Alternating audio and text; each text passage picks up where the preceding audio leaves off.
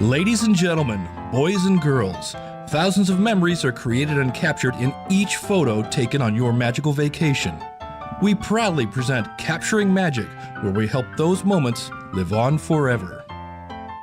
Hey everyone, welcome to Capturing Magic, where we are using technology to create and capture magic memories. This episode is episode 12, recorded on Monday, January 7th, 2013. You can find more tips, tools, and notes for this show at capturingmagic.me. And we got our comments fixed, so if you've been on there trying to figure out how you can comment on the show, it's all fixed now, so you really can comment. And I'm here with my co-host, Brittney Leavitt, who can be found at britishdesigns.com, where she creates digital scrapbooking supplies. Hi, Brittney. Hi.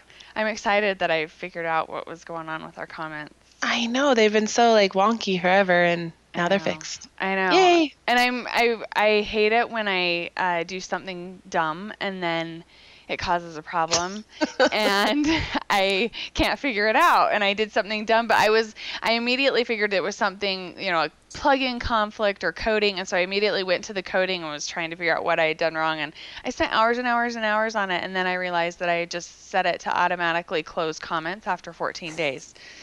So it was just a little checkbox I needed to uncheck. Of course, it was just something simple. All that time, yeah.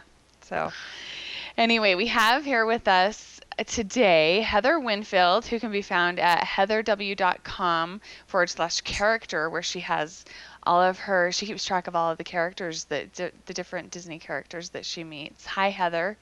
Hi. Thanks for it's being all here. Updated too. Oh, yay, with your last 2 trips. Yeah, I added about 70 pictures. Wow. Oh, all your Disneyland stuff is there too? All my Disneyland. I even added a list just for you that lists all the Disneyland ones. So, yeah. Oh, fun. Excited to check it out. Yeah. We also have here with us today Tanya Hickman, who can be found at crossbonecuts.blogspot.com. Hi, Tanya. Hey, everyone. Thank you for being here today, too.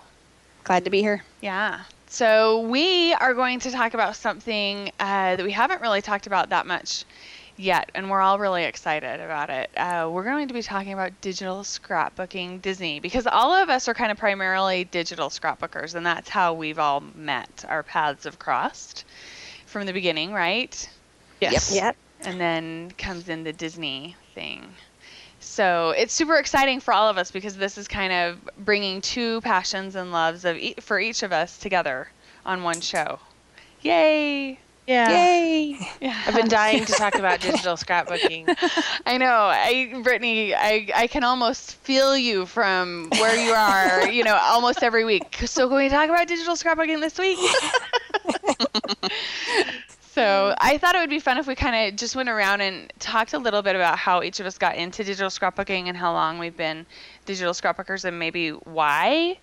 So let's start with Tanya. Do you mind if I pick on you first? Yeah, no I'd problem. like to start with the guests. So, yeah. Oh, makes me feel important then. Okay, I started digital scrapbooking in 2009, and I had been a card maker, let's say, with rubber stamps and stuff like that since I was probably 10. Wow. And that slowly evolved into paper scrapping. And as I got a little bit older, I kind of got out of the paper scrapping a little bit because, it's not real cool when you're in high school to be a scrapbooker. But I got back into it after I got out of high school, and then I just made a mess. It was a mess everywhere. There's no way to keep paper scrapping organized. No matter how hard you try, stuff is everywhere. So in 2008, I was at a scrapbook expo, and I came across the first that I had seen. It was Heritage Makers doing their version of digital scrapbooking, where you have to use their program to do it. Yeah. And I thought it was neat, but I didn't really like the look of it because I liked the feel and the look of paper scrapping, that it could touch everything. And so I just kind of let it go. And then in late 2008, I was at another scrapbooking expo, and I came across believe it's the digital scrapbook teacher or digital scrapbook lady. Yeah. That her book, and she showed you how to, if you bought the book, it came with a bunch of templates and stuff, and they showed you how to use Photoshop elements to create these pages. And I was like, well, that seems a little bit interesting. It can't hurt to buy a book on it. I buy books on everything. So it couldn't hurt to buy a book. And I went home that day. I had a free trial of Photoshop Elements and I never looked back. Awesome. Yeah, it was hard at first. I mean, because you have no idea how to use these programs. But once you learn the program, it's a lot easier. And that's pretty much how it all started. That's great. Heather, what about you? Well, my story's kind of similar. I've always been a scrapbooker. I like my first scrapbook when I was like really young, and it has Mickey on the cover, of course. And then I got into like the fancier paper scrapping, but it's a lot of work. I'd always like pull out a table and pull out all my stuff and everything. And I've run a Michelle Kwan site for a really long time, and one of the people that several of us know, Melissa, she was a Digi scrapper, and she would always like post her layouts. And so eventually I thought, maybe I should try this. And she had linked to another site where Britt actually had challenges and stuff. So that's when it was Disney, of course. And so I thought maybe I'll try it. And it was like the middle of 2008 or so. And I mean, they were horrible what I did, but it was fun. And I thought, okay, I'll do this, and I'll do my, traditional scrapbooking. And I told myself, I'd never do more of the Digi than the regular because, I love the way it looks. I missed using my Cricut because that was really fun, using it. But of course, as it went on, I did more and more of the Digi, and I just got completely hooked that way. And it's so much easier to do stuff on the computer than pull out everything. And so I probably went completely digital in like 2009 or so, but I still have all my regular stuff in case I eventually go back to it. I don't know why, but I just can't seem to get rid of it. But that's Heather has this theory that she's going to print her pages and add regular scrapbooking stuff to them, which is why she's hanging on to everything. Yeah, I do that sometimes. Like I print I'm sure we'll talk about that at some point, but I like print out my character pages. And I had my first real album was like 2007 trip, which was supposed to be my once in a lifetime Disney trip. And so I had started with that as the traditional. So I had a lot of that stuff finished. And then when I got into this, I still have never finished it. So I have like 8 layouts or something I still have to do. And I have to like keep going back to it. But I print those out. So I have several books of that. But other than that, I don't. But yeah, I like to put, sometimes you could have like the character stickers, put it on, but I haven't actually done that in a while. Right, because there's not anywhere that you can legally get official Disney licensed character type stuff in a digital format, really. Digitally, yeah. That's ready for digital scrapbooking. Okay, Brittney. Okay. I paper scrapped like forever, kind of like Tanya, like even when I was young. My mom scrapbooked a little, and so I kind of would do it with her. And she was nice and let me like cut up some of my, childhood pictures, which I sort of look back on and cringe now about that. But but I never was really consistent with it. I felt like it was expensive and messy, and I couldn't deal with the work that it took to like I felt like I spent an hour getting it all out and organizing it, and then, an hour scrapbooking, and then another hour putting it away. Like, it was just not a good workflow for me. And so when I found digital, I was actually I was trying to make I learned Photoshop in school, and in college and stuff for digital art and stuff. And so I knew Photoshop, and I was trying to create like a little graphic for an email that I was sending out to my family. And I just Googled something like computer scrapbooking. It was like in 2007. And that was when I realized there was a whole world of digital scrapbooking I didn't know before that. So in like spring of 2007, I dove headfirst into it, and I kind of kept expecting to like, because I do that with hobbies where I get really into something and then kind of phase it out. But I never can get enough digital scrapbooking. So I've been scrapping since 2007. I think by the end of the summer of 2007, I was designing and selling products. So it was a pretty quick process to get into designing. Because I knew as soon as I found it, my inner designer that I already was sort of like, oh, okay, now I want to learn how to make papers and make my own stuff, because And partially why I started designing was I wanted to scrapbook my Disney pictures. And at that time there was not, I couldn't find anything out there that I thought was cute enough or perfect enough to scrapbook Disney. And like Steph said, there's nothing like from Disney that you can't buy like official Disney licensed digital scrapbook supplies. And so I figured I could do Disney inspired digital scrapbook supplies and use them for my own pages. So nothing I do is like characters, like licensed characters or anything like that. But that's partially why I started designing in the first place, because I wanted it for my own books. Yeah, those sometimes are the best products, the ones that we create for selfish reasons, Tanya and Heather know that I actually do that quite often. Like most of my products are created for selfish reasons. Yeah. She has like one photo and she'll base an entire kit around one photo. I'm like, well, how many people can use this too? Because this is what I need. So. And Tanya, you are a designer as well. How long have you been designing? I think I started designing in 2010. Okay. Heather, is that right? Yeah, that sounds about right. It seems like it hasn't been that long, but I guess it has. Yeah, summer of 2010 I started. That's great. My story is kind of similar to all of yours. I've been a scrapbooker my whole entire life. I did, the magnetic albums. See, I'm a lot older than all of you.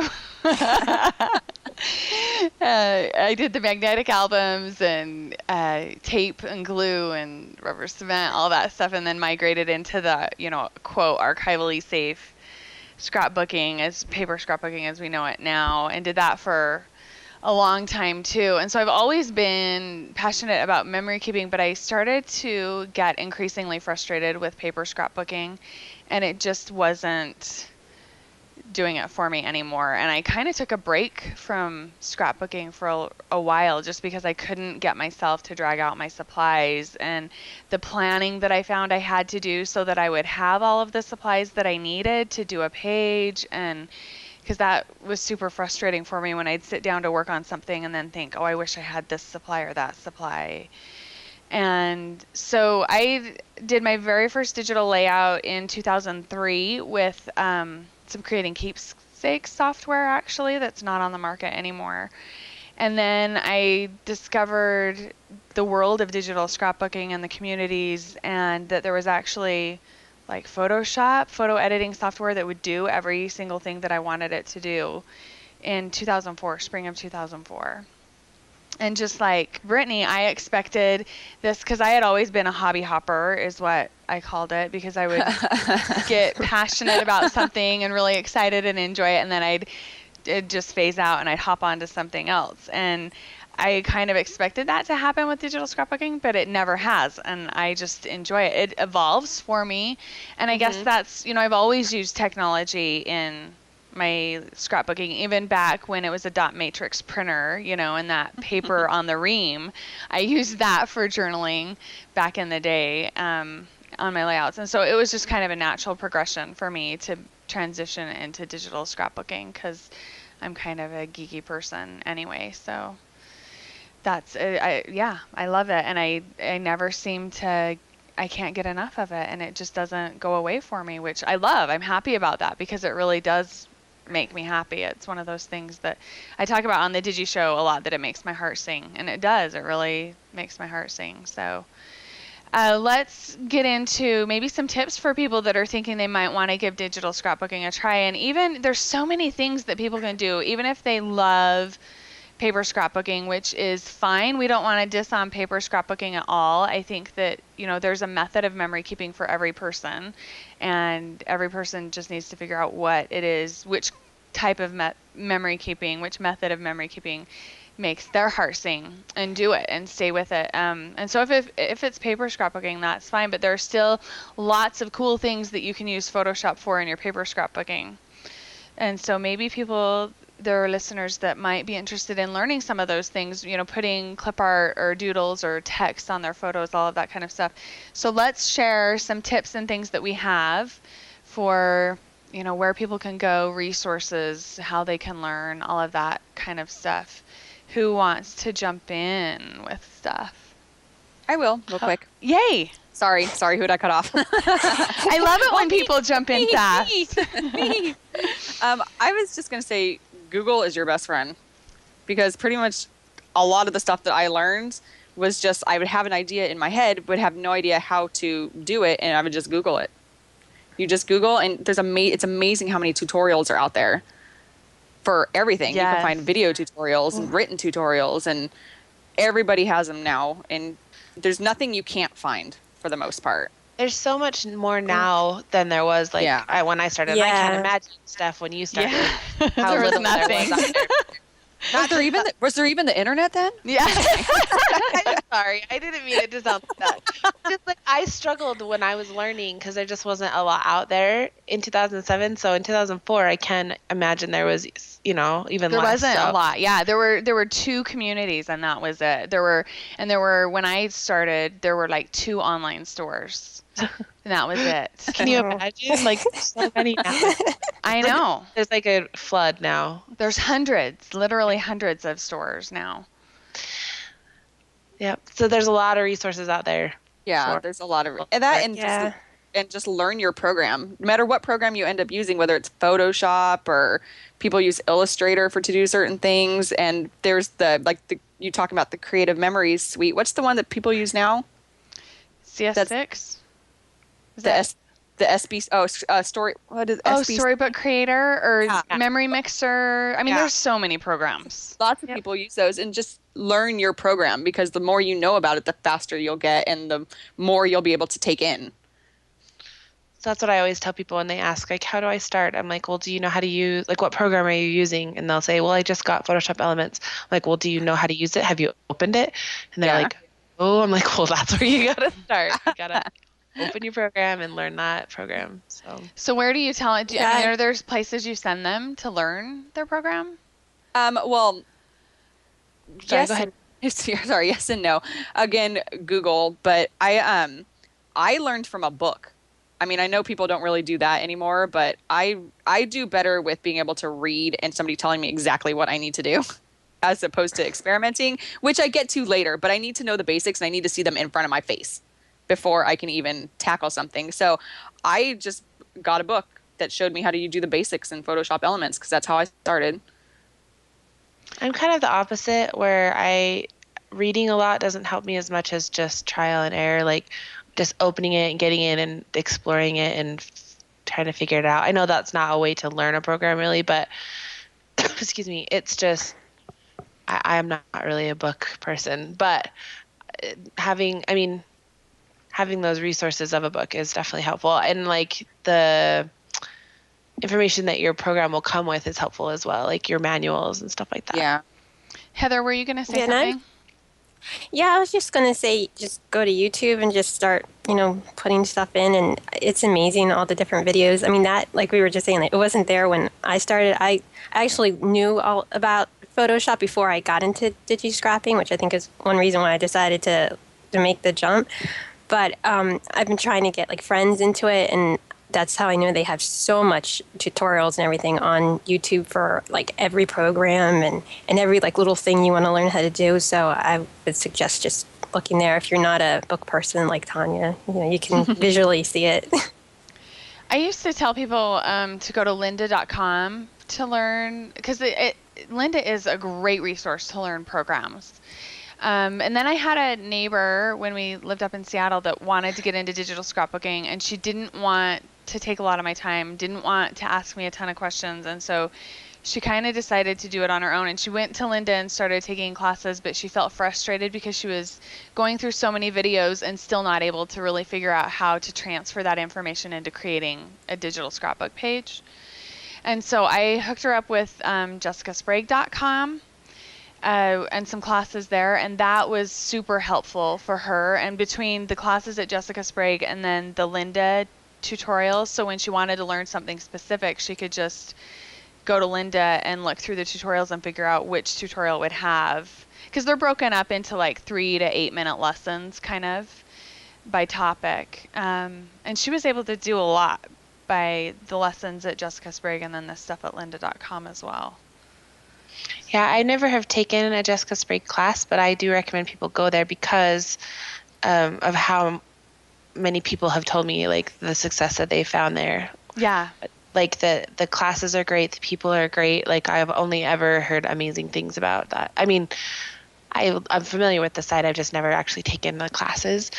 But yeah, I always recommend people. I to go took there. a free class there one time, and it was something basic. It was how to like doodle on your photos or something like that. And they're really good because she provides all the stuff for you, and this does step-by-step tutorials. And the class I went to was self-paced, so I got to do them as I pleased and turn them in and post them to the gallery so other people could see them. And it was like the same type of stamps and doodles for you to use on your photos, but seeing how everybody else interpreted. It was fun, actually. It was very helpful, and the way she words things, it's very, very easy. Yeah, and she covers instructions in her lessons typically for both Photoshop Elements and full Photoshop. So depending on what people have.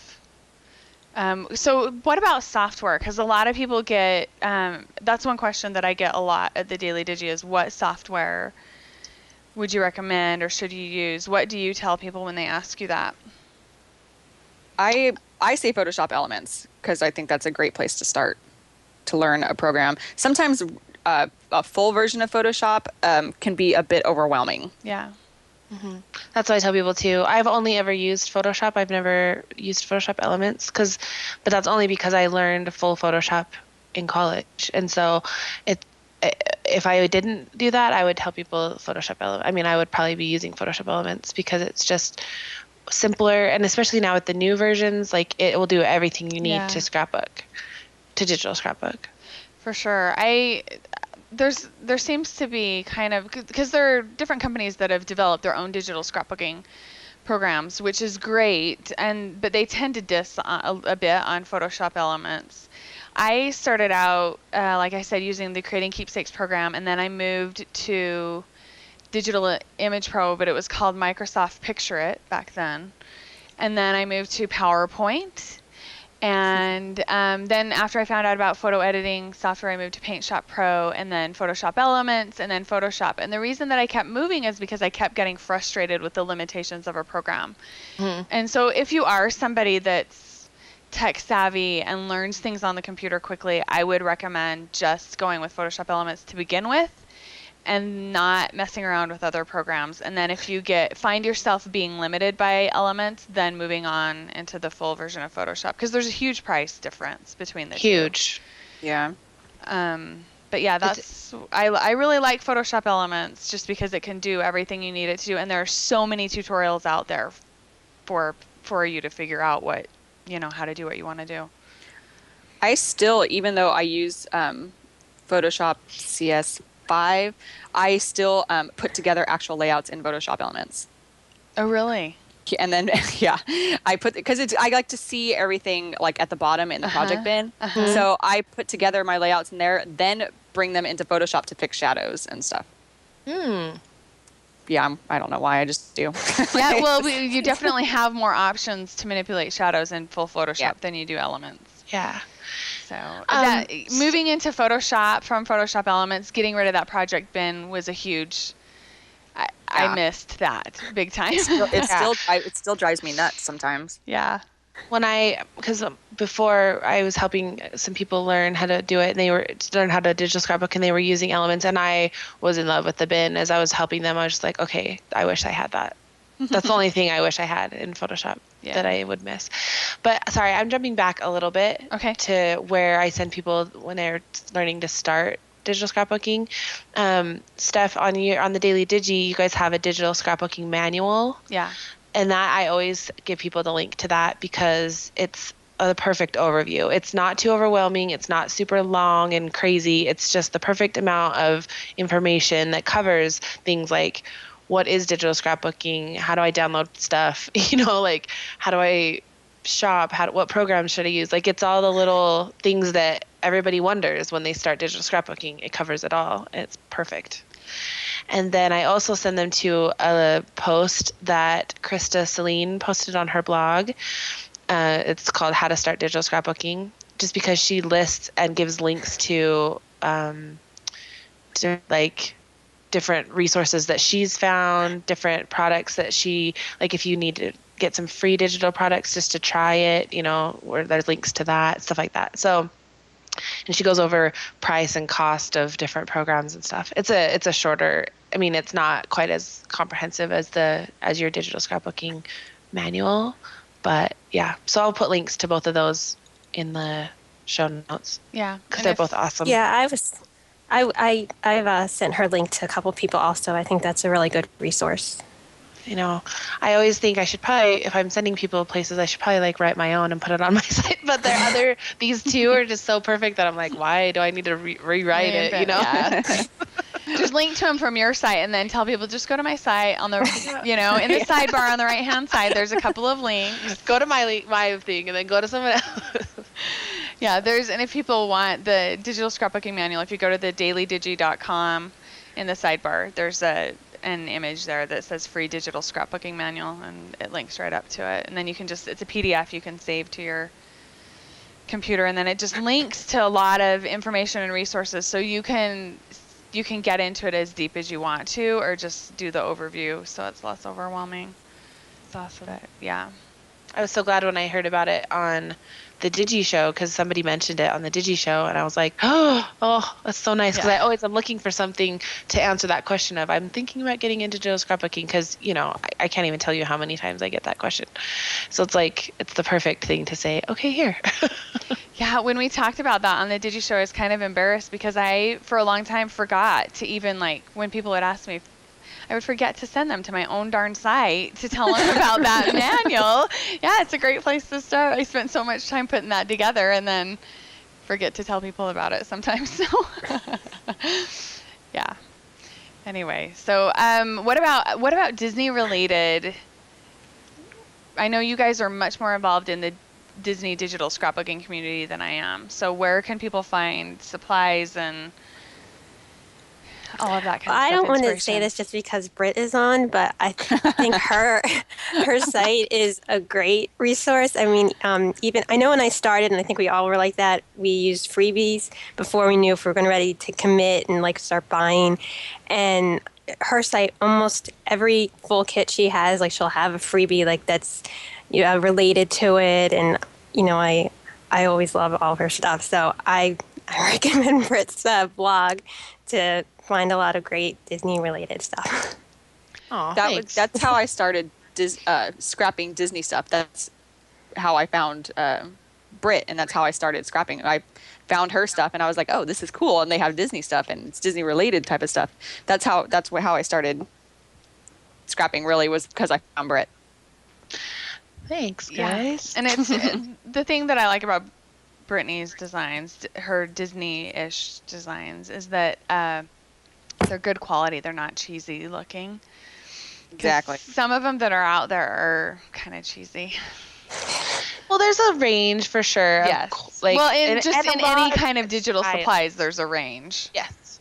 And a lot of different styles. So you definitely have to find a designer who's style you're into. There are some really talented designers out there that I can definitely appreciate their talent and the work that they do. It's just not for me, Right. So you have to find what you like. And I also, I just had this person email me just this week and made this comment that they're like, I thought all you did was Disney, and so I've never looked at your stuff for 5 years, and now I'm kicking myself because I didn't realize you had other stuff. So I have a lot of stuff to think that if you don't do Disney scrapbooking, that's you can't find anything at my site. But I will fully admit, I'm the first to admit that that's definitely my niche. That's what I love to do. That's what I do a lot, is Disney. So, or Disney inspired, Yeah. So. That's funny. I think that there are a lot more designers now that do Disney products or Disney inspired type products than there was when I started. There's even, we all, Tanya, Heather, and I all are part of, are big into MouseScrappers.com, and they have, they're I don't know, maybe you girls know of other places that I'm not aware of, but I feel like it's kind of the hub for Disney scrapbooking people. It's where there's lists of products that are Disney related, Heather, you're a moderator there, and so Yeah, I pretty much keep that whole section, like, I yeah. try to keep it like up to date and everything, Yes. and it's like broken down by different, themes. So like, Frontierland type things or princess ones or under the sea. I mean, there's so many different like categories, and then you can go and find different products, and that's, I think it's like we said when we started, that wasn't around, so it was kind of impossible to say, okay, I'm doing a layout about Small World. I need the kit for this, and then now there's like a really easy way to kind of figure out what you would want to scrap with that. That's a huge undertaking that you sort of do there, Heather. And, I mean, it's all digital scrapbooking products organized by subject. So you can go, like she said, and there's like, I'm looking at it right now, there's like section, there's a thread for Christmas kits, there's a thread for Small World kits, there's a thread for dinosaur kits and Halloween and like Adventureland, Safari, stuff like that. So it's all organized by like your theme, and then you can scroll through and see all the cute stuff that's out there and shop from there, and it's all linked up so you can go buy it from that site. It's like the ultimate enabling digital scrapbooking enabling forum. Anyway, so there's that at MouseScrappers. There's challenges at MouseScrappers. They actually have a shop now, and it's been open for a little while, where they sell lots of Disney inspired things. Lots of designers sell there. It's an open gallery, so you can post any Disney digital scrapbooking pages that you create, and then you can look through and see what other people have created for that subject. That's the whole reason Carol started the site, was she wanted to be able to organize somewhere that people could post their digital layouts and then post into threads that are organized by like location or attraction, so that you could click on the attraction thread. So say that you wanted to find a layout about like the Magic Kingdom main entrance. There's a thread for that. You click on it, and then people can post like the layouts that they've created at that place. So you can kind of be inspired by each other's work. Yeah, that's definitely why I really got into the site, because so many times, even especially if there's something like you scrap a lot and you say, I need more inspiration of how to scrap like this attraction or the character, and then you can just look at other layouts on that same subject, and maybe it'll give you an idea. And I think it's a great thing that she started. Yeah, it's definitely probably one of the best, well, it's probably the best Disney scrapbooking related, resource on the internet, I think. I think it's really the only one I could think of. Yeah. Like, That's good. Part of why I love it is the community and just the people there. It's such a fun place where it's like we all kind of have the same passion. Like we all love digital scrapbooking and we all love Disney. So it's like people who are the same as you, Yeah. I mean, when we've had several meets, that was the first time I met Britt. And even when I went to Disney last time, and there were a couple people that were going to be there at the same time, so we met up, and it's fun. It's just like you said, like how many people are like really into Disney and really into Digi scrapping, and now together. Yeah. Yep. And they do all kinds of fun things. Like I know they do a bunch of challenges. They are having speed scraps all the time, and then they do these speed scrap marathons, which I think there's another one coming up here this month, and where you can just scrap to your heart's content and get all kinds of free stuff. So they're just a very organized, like there's just a huge team of people, well, not a huge team, a very dedicated team of people that work really hard to keep the site running and to keep it so fun. So yeah. One of the things that I like that they do too is they have threads where people have gone in and posted photos of attractions and things like that. So if you're at the parks and forget to take a picture of a certain attraction, you can go there and check and see if it's in there, and then be able to use that in your layout if you want. Yeah, like people have just said, here, you can use these pictures if you want on your pages. Like they're all categorized by areas and the lands and the different parks and everything. So Yep. It's a great resource. Yeah, I'd really recommend too when people are like just starting to like do challenges, because that really, can give you a different way to scrap than you thought of. And that's the way I started getting into scrapping, was doing the different challenges. And, at MouseScrappers, there's so many different kinds. Yeah. Yeah. Explain what a challenge is for people that don't know. Well, like that you could have different like instructions to say, make a layout that's, do this, do that, and then you'll get like a participation prize. Sometimes it'll be like a little, like an alpha or elements or whatever. But it's just something to like spark your creativity to do that layout. There's like template challenges and scrap lifting of another layout, so that might give you an idea. Mm-hmm. And then the thing too with the MouseScrappers, then you have to post it in the right thread for to keep up with that. So to make, you're doing that small world layout, make sure you put it in the small world thread. So yeah, that was the big rule at MouseScrappers, to keep all those layouts in the threads organized by topic. So I think challenges are how you learn most of those cool techniques that you see on layouts. Yeah. I mean, there's so many, like, I didn't know how to do a blended photo in the background until I did a challenge about it. And so you learn all kinds of new things that you never would have thought to do before. Right. That they're fun. Yeah. And you get free stuff. Bonus. yeah. I think everybody, when they first start digital scrapbooking, goes through that like hoarding phase where you just, like, want all the freebies you can handle, like everything you can download, and you just look for freebies for like hours on, Yes. and then you're like, oh, okay, now what do I do with all this, or like, I gotta delete some of this junk, Yeah, exactly. I'm never gonna use all this stuff. But yeah, that's one of the great things about challenges, because usually, depending on the kind of challenge it is, you get something like a little gift or participation prize. And those are those are just donated by whoever's hosting the challenge, or different designers. They just will donate those prizes. And I think that's how I've like learned more about certain designers, is they'll give like a prize for a challenge, and then you're like, oh, I like that. I'll go look at more of their products. It's a good way to learn about different designers that are out there. Because like I said before, there's a lot more designers out there doing Disney stuff than you might think. And even designers who don't normally do Disney, they sometimes will come out with a cute Disney kit, and that's where I actually, thanks to Heather, see them in that that organized by topic area, and I'm like, oh, I didn't even know this person did like a whole series of princess kits, and I can go get them. Yeah. I wouldn't have known before, so.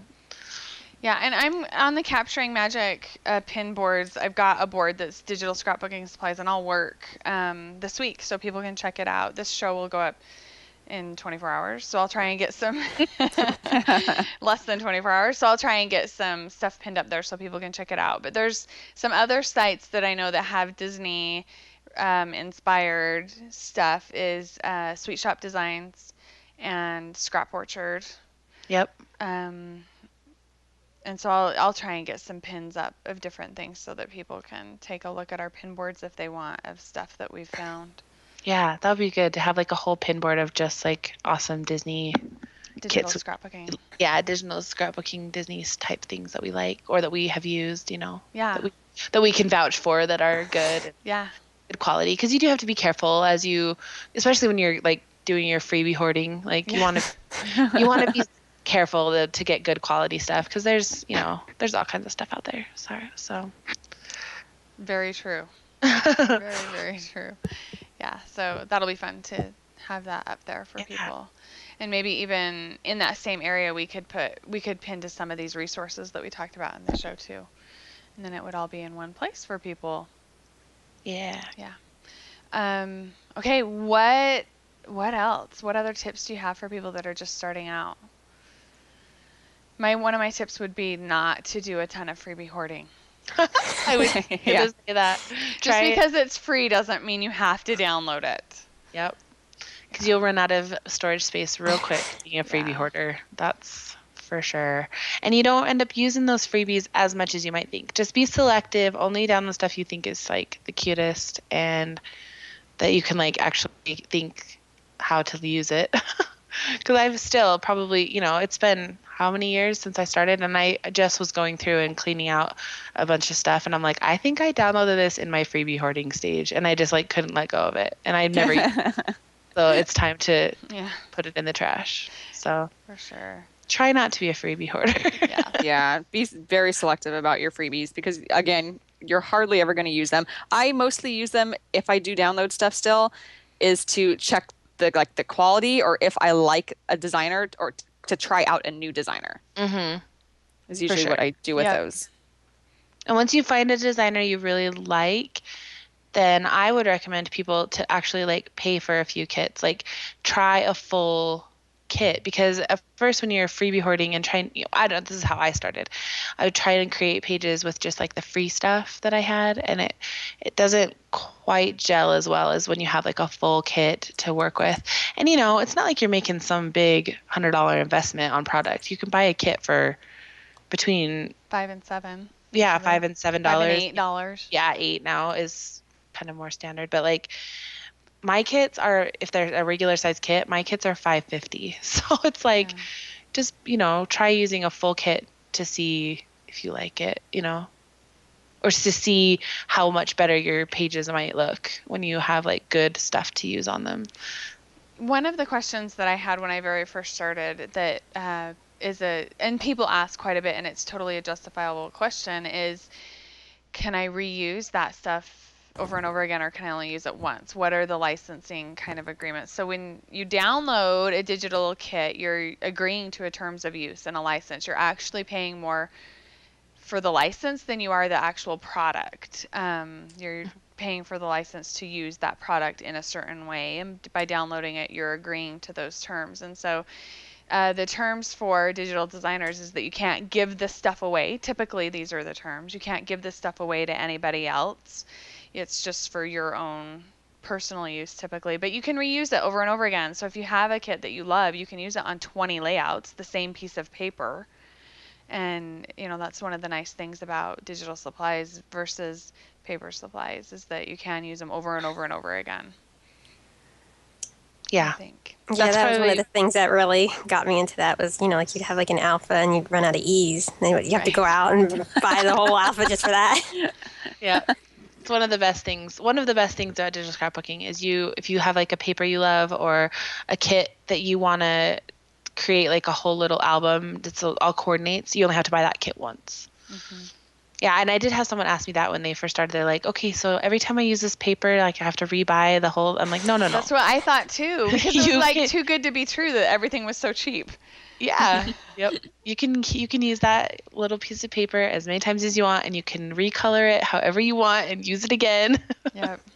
It's yours to use. So just as long as you follow the designer's terms of use.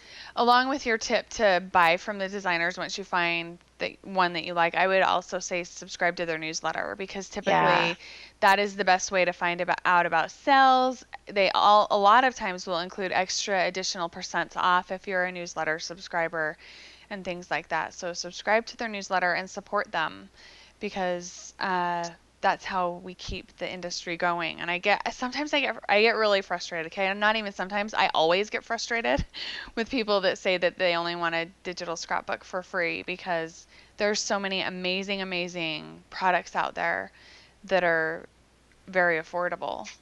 And typically the affordable products that are really good quality, the quality between that and some of the free stuff designed by people that are just getting into digital scrapbooking and don't really understand what they're doing, is huge. Mm-hmm. So. And it's great to support. I don't know. I like to support digital scrapbook designers, maybe because I am one, but I just feel like we're all like these small businesses, really small little businesses, and so it's nice to be able to like support someone who's trying to do something that they're passionate about and that they love. And I am a huge cheapskate. Like I love a good deal more than anybody, and so of course I'm always looking for a good deal, but I also sort of like to get over that and just support people sometimes when they just because especially if I really like a designer, because like you said, Steph, that's the way you keep them in business, is to support them, buy stuff from their store. So And that's what, one thing that people, when a designer announces that they're closing and people are upset and frustrated, why are they leaving? Well, did you buy their products? Because that's typically why they close up shop, is because they weren't selling enough products. So, Right. yeah, I totally agree with that. Yep. Okay, should we, or did you guys have anything else you wanted to add? Any other tips, resources?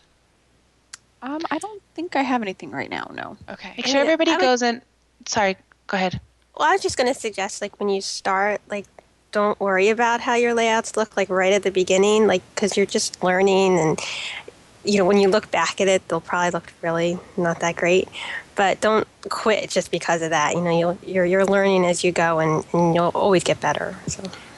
That's true. Yeah. I see people all the time. They're like, my layouts don't look as good as this person's, or this doesn't look as good as that person's. And it's just, everybody's different, and everybody learns at their own pace, and everybody is good. It's just, it takes time. Yeah. Yeah, I see sometimes people worry too much about, like, oh, is my layout going to be, like, picked for, like, a standout or stuff like that. Like, you're doing it for you is what, I think of it, is you're not doing it just to get, like, praise from other people or win a prize or something. It's for, like, future generations or what, however the reason why you're memory making. So it's for your family and for you. Yeah. Like, I always try to tell myself, like, don't scrap for other people. Don't scrap for Pinterest. Don't scrap for, the recognition. Like, scrap what you love. Like, I love what Steph says about scrap, do what makes your heart sing. Like, scrap because you love it. And it makes you happy. Because that's what's going to make you love the hobby more in the long run, is that if you really love it. Very true.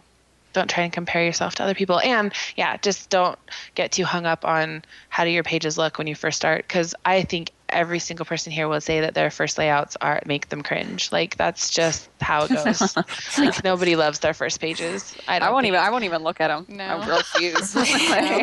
Yeah, and you know what makes me cringe even more than that is how much time it took me to do that first layout, because I was trying to learn my program, and like Brittney said, there were not a lot of resources out there. You couldn't Google any subject and pull up a tutorial for it because it just they weren't out there. And so my first layout that I did, all I did was took a photo and made it the entire canvas and put some text on top of it. And that was my first layout, and it took me 8 hours.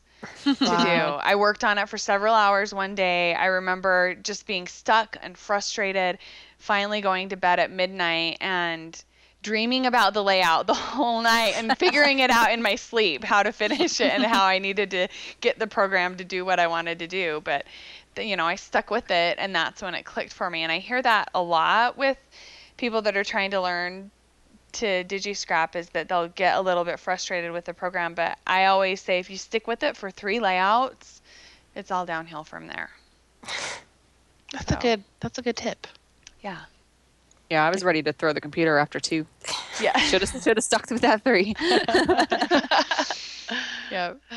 So, okay, then let's move into our picks with pixie dust and share some fun things with our listeners. Do you have a pick, Brittney? Yes, I do. It has nothing to do with digital scrapbooking. So we're making a left turn. But I think that these came out in October, but there are these new I Am a Princess ads on the Disney Channel and on Disney Junior. And I the first time I saw it was only like a month or 2 ago, maybe a couple months ago, but they are so special. And I want to just link people up to the YouTube links where you can there's 2 different versions. There's the Disney Channel version, which is a little bit longer, and it's the voiceover is of a girl who's a little bit older. It's really, really neat. But the first version that I saw was the Disney Junior version, because Disney Junior's on at our house quite a lot. And it's voiced by like a little smaller girl. And it, for some reason, just really tugs at my heartstrings. It's shorter. It's a little more simple. And it's like Disney just gets it. Like it's how we are princesses today. It's not about tulle and crowns and tiaras and Prince Charmings. It's more about the kind of person you are and about being strong and being generous and being kind, and they're just amazing. Like I'm a ball baby. Like I cry at commercials all the time, but I was seriously just like big tears when I first saw these commercials. Like they're just so special. And so I'm going to link to both of the versions in the show notes, and then I'll also send you, Steph, the text from them, because if you read through them, like I'm going to make some sort of like poster for Scarlett's Room out of the words from these, because they're just amazing. I guarantee you'll love it. Have you guys seen them? Do you know what I'm talking about? I haven't. I've seen a lot on Twitter and Instagram and stuff about them. So I'm excited to see them. Oh, they're so awesome. So, I've never been a huge fan, even though I have a little girl, like I've never been a huge fan of like the princess, the thing, just like calling little girls princesses, just because I feel like it's a little bit spoiled. I don't know. I have never loved it. But now I'm like, okay, you're a princess. I'm a princess. Like we are princesses. We are princesses. Because it all ends with, the ending is, I am a princess, long may I reign. And it's just, I don't know. They get me every time I see them. I'm like, oh my gosh. So that's my pick. They're awesome. You got to go watch them. Great. I can't wait to check them out. Okay. Tanya, do you have a pick? Yes, I'm switching up my pick. Okay. I was definitely a freebie hunter when I first started. Not going to lie. I think everybody is. Yeah. But there's still one freebie blog that I actually follow, and she posts good stuff. Good stuff. Not like, don't get me wrong, one sneaks in there every now and then where I'm like, oh, but they're good quality. Hopefully good she's designers. not a listener. I know. They're good stuff. She manages to get good stuff that I can actually see myself using. But it's Suzy Q stuff. It's SUZEE-Q-stuff.blogspot.com. And she gets them up almost every single day, and they're good freebies that I think people starting out are the type of freebies that those people should use. Cool. Yeah. Yeah, Very cool. they're nice freebies. And there's CU free commercial use freebies and stuff on there too. Okay, when you say Suzy Q, is it the letter Q or is it? Yes, the letter Okay. Q. Okay. Yes, it's like a complicated name. Yeah. It's not is it not the Suzy Q Scraps who's the designer? No. Somebody else. No, this is I believe this girl is not a designer. I think she's just a scrapper. Okay. Because there's Suzy Q Scraps who's a designer. Yeah. I just wanted to find out. This one's SEE. Got it. That's fun because there are those like freebie blogs out there, but it's hard to find one that's like quality stuff that you are like, oh, okay, that's good. And hers isn't complicated. Some of them are really complicated to even just look at, and they hurt my eyes. This one's really nice and clean, and I can find stuff easily and just download the things that I want to get, not everything. I like clean. Yeah, that's good. Yeah. Okay, Heather. Well, I'm going back to Disney for a minute, and there's always a Disney trip coming up, hopefully. And I used an app called Lazy Countdown Free, and every time, like if I post a screen capture of it or something, everyone always asks me which one do you use. So I thought that would be a fun pick. And it's my favorite part of it. You can pick like pictures and whatever for each one, but you can pick one, and it'll have the icon badge to show how many days you have left. So I don't even have to, click anything, and I can see right away, like, oh, it's 46 days to my next trip. Nice. It's and it's always nice too because you can have, days. yeah, hopefully sooner. Sorry. But it's nice too because you could have several different things. Because like I went through so many different kinds of countdown apps when I first got my phone, and there's some that only have like one that you can do. So this thing you could do a whole bunch of stuff. It doesn't have to just be trips. It could be broken down into different categories. You could have work stuff. You could have home stuff. You could have all your Disney trips like I do. Just like 3 at any given time on there. I know. I have seen screen captures of yours. I know. I have Yeah. one that you use, so that's good to know. Yeah, because everyone always asks me every time. So I'm like, that'll be a good pick. That is a good pick, yeah. My pick is an app for the iPad if you're in between Disney trips. Do you have an iPad, Brittney? Yes. Okay. Do you have Disneyland Explorer? No. Okay, if this will be good for you. Here's your fix, Brittney. We were talking, and Brittney doesn't have a Disney trip planned, and so she's needing a fix. Yes. So Disneyland Explorer, it's an app for the iPad, and it is so cool because you can virtually go through the park. I have heard of it. Yeah. I just remembered. I haven't seen it yet, but I have heard of that. Okay, you need to download it. It's free. And they have different games and stuff that you can do. Like, you can go to Splash Mountain, and there's, like, these jumping frogs. Then you have to try and skip the logs and stuff like that. So there's every different area of the park has different things going on. And they update it quite frequently with new stuff. So I love it. It makes me so happy. Yay, I'm excited. Yeah, when I'm in between trips, it's a nice fix. So It's really beautifully done. it that is. It is. It's very well done. The graphics, the images, everything. It's Yeah. amazing. It's an amazing app. Is it from Disney? Like, Yeah. officially? Okay. It's official, and I would have to say it's probably, I think, the best official Disney app that there is, just because it's so well done. And it's free? Because usually Disney apps are not free. I'm pretty sure it's free. Maybe, I don't know. Maybe It's free. It's free. Yeah. Yeah. Yay. Yeah, you can go inside some of the rides, and I mean, it's cool.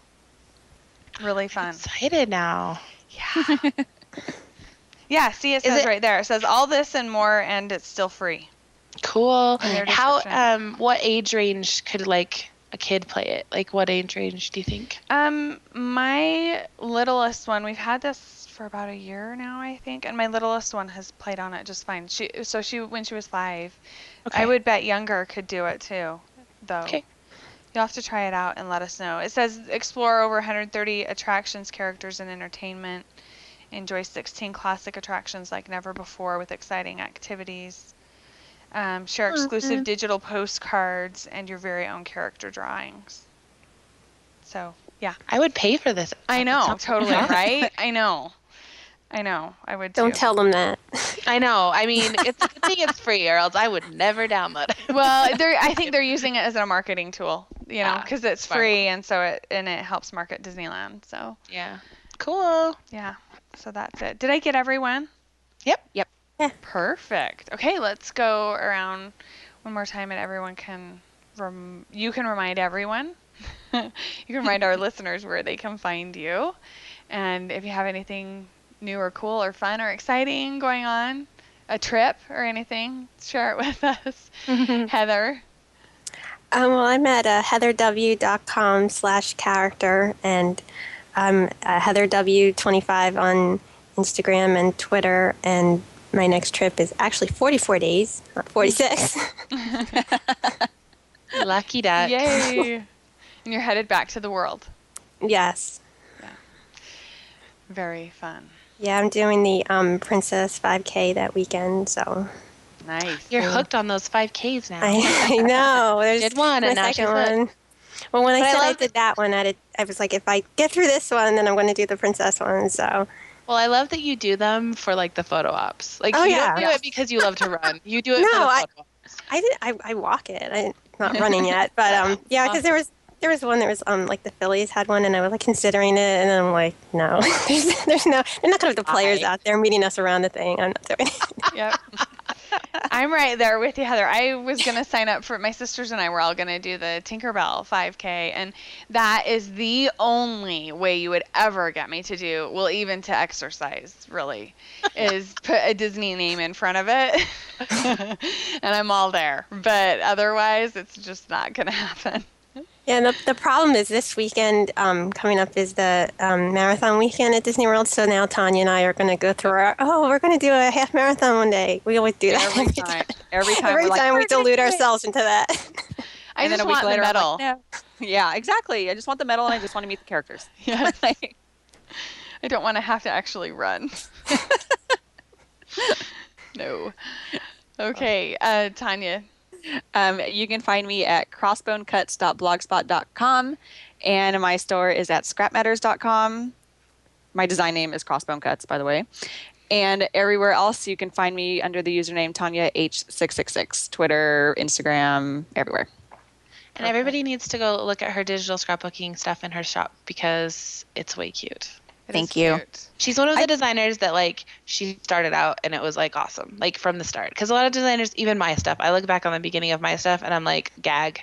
But Tanya is super talented and like she started and it was awesome. Like I had very high expectations for myself after seeing everybody, and I was just like, I am not even going to bother unless I can start out and have them actually be, people can actually look at them, and not cringe. So I refused to do anything until I was at that point.